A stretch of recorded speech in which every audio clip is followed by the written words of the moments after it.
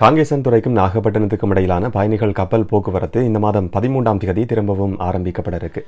இந்த வீடியோவை சில நேரங்களில் நீங்கள் இந்தியாவிலிருந்து பார்க்கலாம், இல்லாட்டி இலங்கையிலிருந்து பார்க்கலாம். சுற்றுலா போகணும் என்று சொல்லி நினைக்கிறவர்களுக்கும் வர்த்தகத்தோடு சம்பந்தப்பட்டவர்களுக்கும் இது ஒரு மிகப்பெரிய வரப்பிரசாதமாக அமைய போகுது. கட்டணங்கள் கடந்த முறை மாதிரி இல்லாமல் அதை விட இன்னும் குறைவாக இருக்கும். ஏற்கனவே விதிக்கப்பட்ட வரிகளை நீக்கிறதுக்கு 2 நாட்டு அரசாங்கங்களும் இப்ப முன் வந்திருக்கிறது தான் இதுல இருக்கிற இன்னும் ஒரு மிக முக்கியமான விஷயம். இந்த கப்பல் போக்குவரத்துல பயணிக்கிறதா இருந்தா தெரிஞ்சு கொள்ள வேண்டிய விஷயங்கள் என்னென்ன ஆவணங்கள் தேவைப்படும், அதுல புதுசா கொண்டு வரப்பட்டிருக்கிற நடைமுறைகள் என்ன, கப்பல் இருக்கிற வசதிகள் என்னன்றதை பற்றின பல விஷயங்களையும் இந்த வீடியோல தெளிவா பார்க்கலாம். வணக்கம், நான் கிருஷாந்த் ராஜ். இலங்கைக்கும் இந்தியாவுக்கும் இடையில நீண்ட காலமா நடந்து வந்த கப்பல் போக்குவரத்துன்றது 1980களுக்கு பிறகு போர்ச்சூழல் காரணமா தடைப்பட்டிருந்தது. இதை திரும்ப ஆரம்பிக்கிறதுக்கான பேச்சுவார்த்தைகள் நடத்தப்பட்டு 2011ஆம் ஆண்டுல 2 நாட்டு அரசாங்கங்களுக்கும் இடையில ஒரு புரிந்துணர்வு உடன்படிக்கை கைச்சாத்திடப்பட்டிருந்தது. அப்படி ஒரு உடன்படிக்கை கைச்சாத்திடப்பட்டிருந்தாலும் கூட அந்த கப்பல் போக்குவரத்தை முன்னெடுக்கவே முடியாம போயிருந்தது. மிகப்பெரிய ஒரு இழுபறிக்கு பிறகு 41 வருஷங்களுக்கு பிறகு போன வருஷம் இந்திய பிரதமர் நரேந்திர மோடி இதை காணொலி மூலமா கப்பல் போக்குவரத்தை திரும்பவும் ஆரம்பிச்சு வச்சிருந்தாரு. அப்படி இருந்தாலும் கூட சீரற்ற வானிலை என்று சொல்லி ஒரு காரணம் காட்டப்பட்டு அந்த பயணிகள் கப்பல் போக்குவரத்து ஒரு சில நாட்களுக்குள்ளேயே நிப்பாட்டப்பட்டிருந்தது. அதுதான் உண்மையான காரணமான்றது இதுவரைக்கும் யாருக்குமே தெரியாது. வேற காரணங்கள் கூட இருக்க முடியும். இந்த மாதிரியான ஒரு பின்புலத்துல தான் இப்ப 13ஆம் தேதி தனியார் நிறுவனம் உண்டு இந்த பயணிகள் கப்பல் போக்குவரத்தை முன்னெடுக்கிறதுக்கு முன் வந்திருக்கு. போன தடவை ஆரம்பிக்கப்பட்ட கப்பல் போக்குவரத்துன்றது இந்திய அரசாங்கத்தால நேரடியா முன்னெடுக்கப்பட்ட கப்பல் போக்குவரத்து. இந்த தடவை இந்த கப்பல் போக்குவரத்தை முன்னெடுக்க இருக்கிறது யாழ்ப்பாணத்தை சேர்ந்த இப்ப சிங்கப்பூர்ல வாழ்ந்து வர ஒரு தொழிலதிபர் தான். பிரைவேட் ஒரு தனியார் நிறுவனம் மூலமா, இன்ஸ்ட்ரி என்று சொல்லப்படுற தனியார் நிறுவனம் மூலமா இந்த கப்பல் போக்குவரத்து ஆரம்பிக்க இருக்கிறாரு.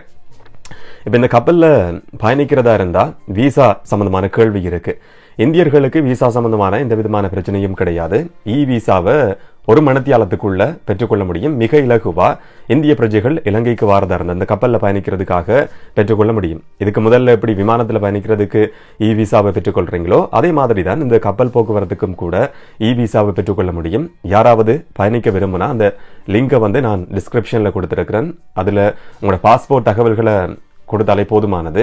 மிக இலகுவா இந்திய பிரஜைகள் இலங்கைக்கு வாரதுக்கான விசாவை பெற்றுக்கொள்ள முடியும். இலங்கையர்கள் சம்பந்தமா ஒரு மிக முக்கியமான விஷயம் இருக்கு. இந்தியாவுக்கு இலங்கை பிரஜைகள் பயணிக்கிறதுக்கும் இ விசா நடைமுறை இருந்தாலும் கூட இந்த கப்பல்ல பயணிக்கிறதா இருந்தா ஸ்டாம்ப் முத்திர விசாவை பெற்றுக்கொள்ள வேண்டியது கட்டாயமானது. இதுதான் இதுல இருக்கிற மிக முக்கியமான ஒரு விஷயம்.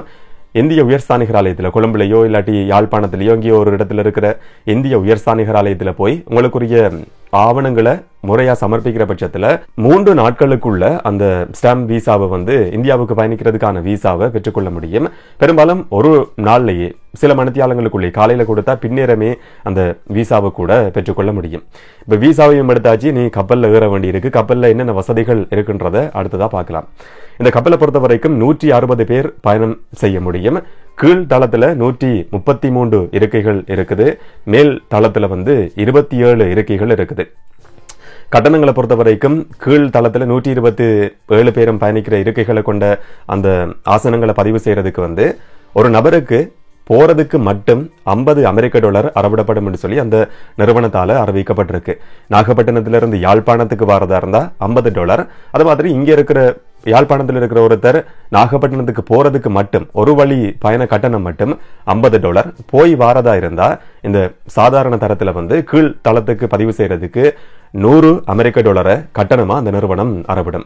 மேல இருக்கிற ஆசனங்களை பதிவு செய்யறதா இருந்தா போறதுக்கு மட்டும் ஒரு வழி கட்டணம் $75 அறவிடப்படும்.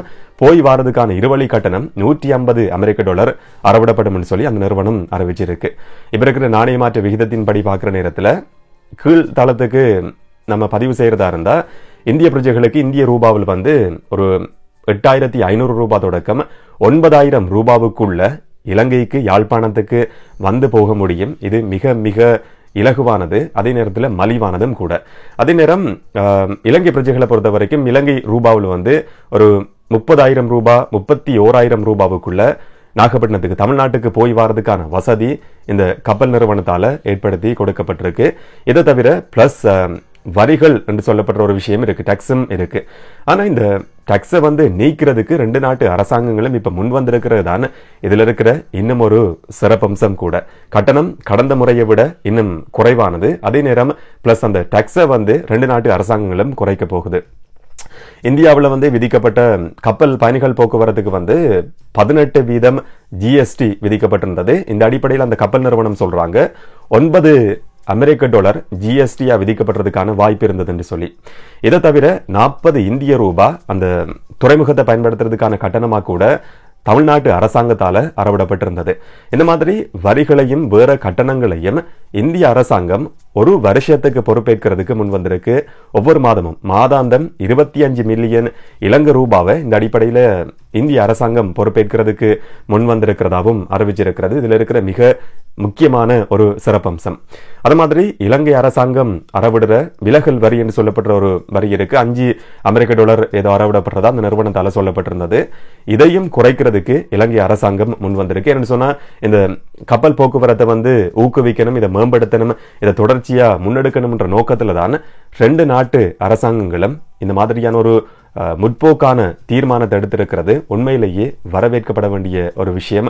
விமானத்தில் பயணிக்கிறதுக்கும் இந்த கப்பல்ல பயணிக்கிறதுக்கும் இடையில என்ன வித்தியாசம் இருக்கு, என்ன நன்மைகள் இருக்கின்ற ஒரு கேள்வி சில நேரங்களில் ஏற்பட முடியும். முதலாவது விஷயம், விமானத்தில் பயணிக்கிறதுக்கும் இந்த கப்பல்ல பயணிக்கிறதுக்கும் இடையில என்ன நல்ல விஷயம் என்று சொன்னா கட்டணம். இலங்கை ரூபாவை பொறுத்த வரைக்கும் ஒரு 30,000 ரூபாய் அறவிடப்படுது போய் வாரதுக்கு இந்த கப்பல்ல. அதே நேரம் இந்திய ரூபாவில் 8,500 ரூபாய் தொடக்கம் 9,000 ரூபாய் அறவிடப்படும்.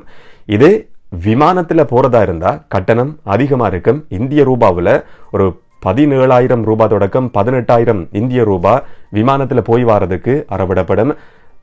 இலங்கை ரூபாவில் பார்க்குற நேரத்தில் 55,000 ரூபாய் தொடக்கம் 60,000 ரூபாய் அறவிடப்படும்.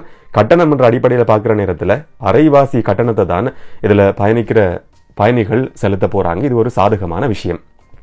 அடுத்த விமானத்தில் பயணிக்கும் போது 20 கிலோகிராம் எடை கொண்ட பொருட்களை மட்டும்தான் லக்கேஜா கொண்டு போக முடியும். இதே இந்த கப்பல் நிறுவனம் ஒரு பயணிக்கு 60 கிலோகிராம் என்ற அடிப்படையில் பொருட்களை கொண்டு போறதுக்கான அனுமதியை கொடுத்திருக்கிறாங்க. இதுவும் இன்னும் ஒரு சாதகமான விஷயம். போக்குவரத்து நேரத்தை பொறுத்த வரைக்கும் விமானத்தில் பயணிக்கிறதா இருந்தா ஒரு 1.5 மணித்தியாலம் ஆகும். இந்த கப்பல்ல பயணிக்கிறதா இருந்தா ஒரு 4 மணித்தியாலத்துக்குள்ள போக முடியும். இந்த நேரம் என்ற 2.5 மணித்தியால நேர வித்தியாசத்தை தவிர கப்பல்ல போகலாமா விமானத்துல போகலாமான்னு கேட்டா உண்மையிலேயே கப்பல்ல பயணிக்கிறது சாதகமானது, கட்டணமும் குறைவானது கூட. இந்த கப்பல் போக்குவரத்துன்றது உண்மையில வெற்றி அடையுமா இருந்தா எதிர்வரும் காலங்கள்ல தலைமன்னாருக்கும் தனுஷ்கோடிக்கும் இடையில கூட இதே மாதிரியான கப்பல் போக்குவரத்து விரைவிலேயே ஆரம்பிக்கப்படுறதுக்கான சூழல் கூட உருவாக முடியும். sailindustry.com என்று சொல்லப்பட்ட இணையதள முகவரிக்கு பிரவேசிக்கிறதன் மூலமா அந்த நிறுவனத்தினுடைய உத்தியோகபூர்வ இணையதள முகவரிக்கு பிரவேசிக்கிறதன் மூலமா டிக்கெட்டுகளை மிக இலகுவா பெற்றுக்கொள்ள முடியும். இதை தவிர இன்னும் ஒரு முகவர் நிறுவனம் கூட இருக்கு. இந்த கப்பல் நிறுவனத்திட முகவர் நிறுவனம் அவங்களுக்கு சில இடங்கள்ல கிளைகள் இருக்கு. யாழ்ப்பாணம், கொழும்பு, மன்னார், வவுனியா, திருகோணமலை இந்த மாதிரியான 5 இடங்கள்ல அந்த நிறுவனத்துக்கு கிளைகள் இருக்கிறதா சொல்லப்படுது. அந்த கிளைகளுக்கு போற நேரத்திலையும் இந்த டிக்கெட்டுகளை மிக இலகுவா பெற்றுக்கொள்ள முடியும். சுற்றுலா பயணிகளுக்கும் வர்த்தகர்களுக்கும் மிகப்பெரிய ஒரு வரப்பிரசாதமா இந்த கப்பல் போக்குவரத்து, கப்பல் சேவைன்றது கட்டாயம் அமையும்ன்றதுல எந்த விதமான மாற்று கருத்தும் கிடையாது. வெற்றிகரமா முன்னெடுக்கப்படும் என்று சொல்லி நம்ம எதிர்பார்ப்போம்.